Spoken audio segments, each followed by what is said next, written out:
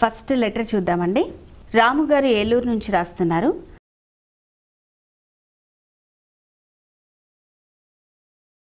మకర సంక్రాంతిని ఎలా జరుపుకోవాలని అడుగుతున్నారు.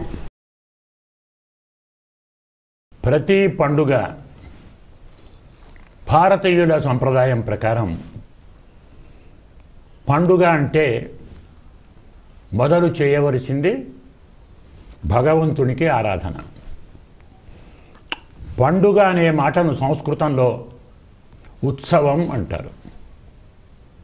రథోత్సవం మనం చెప్తాం కదా, కళ్యాణోత్సవం. ఉత్సవం అంటే అర్థం, సవం అంటే యజ్ఞం. ఉత్సవం పెద్ద యజ్ఞం అంటే ఏమిటి? యజ్ఞం అంటే దేవతల పూజ, పెద్ద యజ్ఞం అంటే భగవంతుడి పూజ. పండుగ అంటే పిండి వంటలు చేసుకొని మీ నవ్వురం తింటాం, బాగా కమ్మగా పడుకుంటాం, అది పండుగ కాదు. భగవంతుణ్ణి ఆరాధించేదే పండుగ. అందుకే తక్కిన పండుగల కంటే మకర సంక్రాంతి చాలా విశిష్టమైనది. మనకు ప్రతి నెల ఒక సంక్రాంతి వస్తుంది. సంక్రాంతి అంటే ఒక దానిలో నుంచి ఇంకో దానికి చేరటం, సంక్రమణం అంట. సంక్రాంతి ఒక దానిలో ఇంకో దానికి చేరటం. సూర్యుడు ప్రతి నెల ఒక రాశిలోకి వస్తాడు, మేషరాశిలోకి వస్తాడు. మేషం నుంచి వృషభం, వృషభం నుంచి మిథునం, మిథునం నుంచి కర్కాటకం.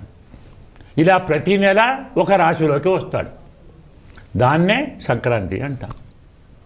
ఈ 12 సంక్రాంతులు ఉంటాయి సంవత్సరానికి.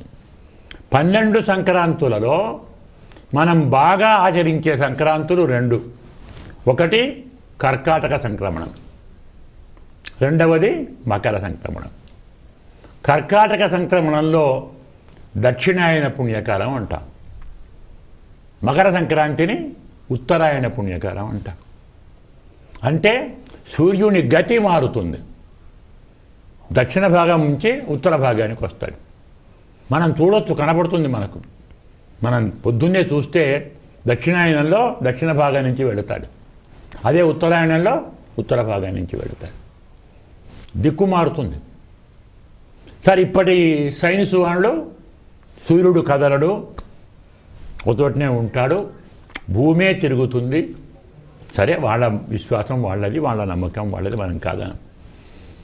దానికి శాస్త్రవాదం ఏమిటంటే, బాగా వేగంగా తిరిగే ఒక దాని దగ్గర కొంచెం దూరంలో కొద్ది వేగంగా తిరిగేది కనబడుతున్నప్పుడు మనం ఉంటే, బాగా తిరిగేది తిరగనట్టే కనబడుతుంది.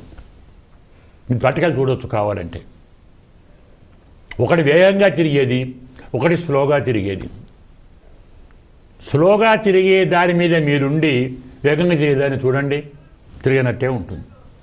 ఇదే తిరుగుతున్నది, అది తిరగటం లేదు. భూమి తిరుగుతున్న అనుమానం ఏం లేదు, తిరుగుతున్నది, అందులో ఏం అనుమానం లేదు.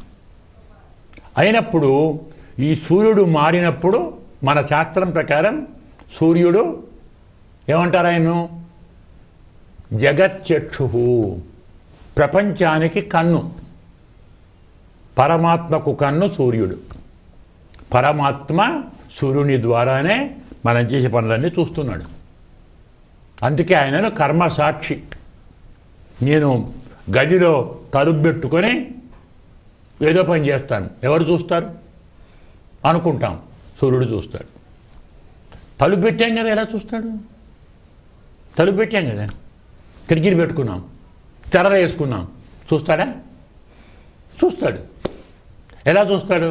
లైట్ వేస్తావా? అది ఎక్కడిదే ఎరుగు? సూర్యుడే కదా, చూస్తూనే ఉన్నాడు. కాబట్టి సూర్యనారాయణుడు అంటాం మనం సూర్యుడిని. ఉత్తసూర్యుడు కాదు, సూర్యనారాయణుడు. అతను దక్షిణాయనంలో ఉత్తరాయణంలో కర్కాటక సంక్రమణం, మకర సంక్రమణం. మకర సంక్రాంతిని తిల సంక్రాంతి అంటారు.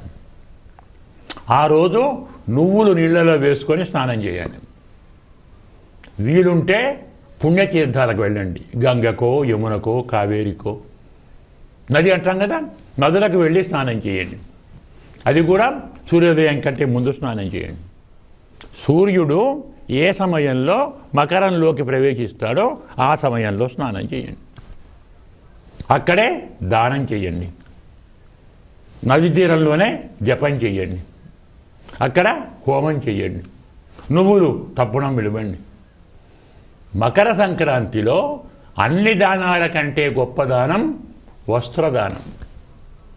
ఓ ధోతి, ఓ ఉత్తరీయం, ఓ టవలు దానం ఇవ్వండి. ఇంకో కారణం చలి బాగా ఉంటుంది కదా, విధవాళ్ళు ఉంటారు, సాధవాళ్ళు ఉంటారు, కప్పుకోగా ఉంటారు, దుప్పట్లు ఇవ్వండి, బ్లాంకెట్లు ఇవ్వండి. పాత రోజుల్లో ఇచ్చేవాడు. సంక్రాంతి వచ్చిందంటే వస్త్రాలు ఇచ్చేవాడు. క్యూ దానికి. నదీ తీరంలో వస్త్రాలు తీసుకొని వెళ్ళి స్నానం చేసి దానం చేయండి.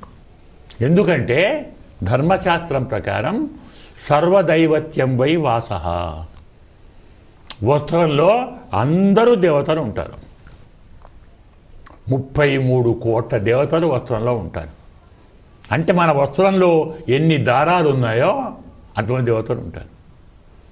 ఒక వస్త్రం దానం చేస్తే ఇన్ని చేసినట్టే కదా. అందువల్ల నదీ తీరానికి వెళ్ళండి, తెల్లవారుజామున స్నానం చేయండి, అక్కడే దానం చేయండి, అక్కడే హోమం చేయండి, అక్కడే జపం చేయండి. తర్వాత వీరుంటే అక్కడే వంట చేసుకొని ఒక నలుగురికి భోజనం పెట్టి మీరు భోజనం చేయండి, ఇంటికి రండి. ఆ రోజు చాలామంది జపం చాలా ప్రధానం. ఉదయాన్నే సాయంత్రం జపం చేస్తారు. కొందరు ఉపవాసం ఉంటారు. ఉపవాసం మనకే మంచిది కదా. ఉపవాసము, జపము, హోమము, దానము, తర్పణము, శ్రాద్ధము ఇవి ప్రధానమైనవి. ఇది పర్వదినం కాబట్టి, పుణ్యదినం కాబట్టి ఇవన్నీ ఆచరించాలి. 10 మందిని పిలవాలి, 10 మందికి భోజనం పెట్టాలి. నీవు తిన్నది తినటం కాదు, 10 మందికి పెట్టిందే నీవు తిన్నది.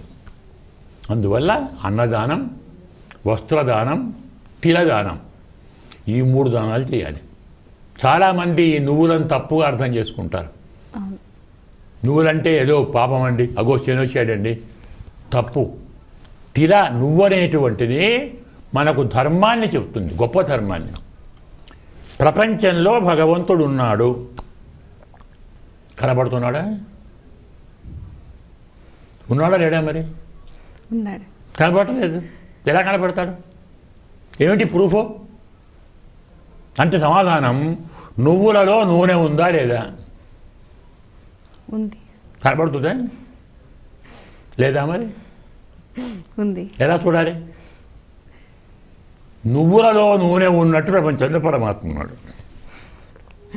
నువ్వులలో నూనె గానుగ పడితే కనపడుతుంది. ప్రపంచంలో పరమాత్మ ధ్యానం చేస్తే కనపడతాడు. గానుగ నూనెను చూపెడుతుంది, ధ్యానం భగవంతుడు చూపెడుతుంది. దాని దృష్టాంతం నువ్వు. అంటే నువ్వు అంటే పరమాత్మ. నువ్వులు దానం చేయండి, పరమాత్మ ఇచ్చిన వాళ్ళం అవుతాం. ఈ విధి ఆచరిస్తే మకర సంక్రాంతి పుణ్యప్రదం.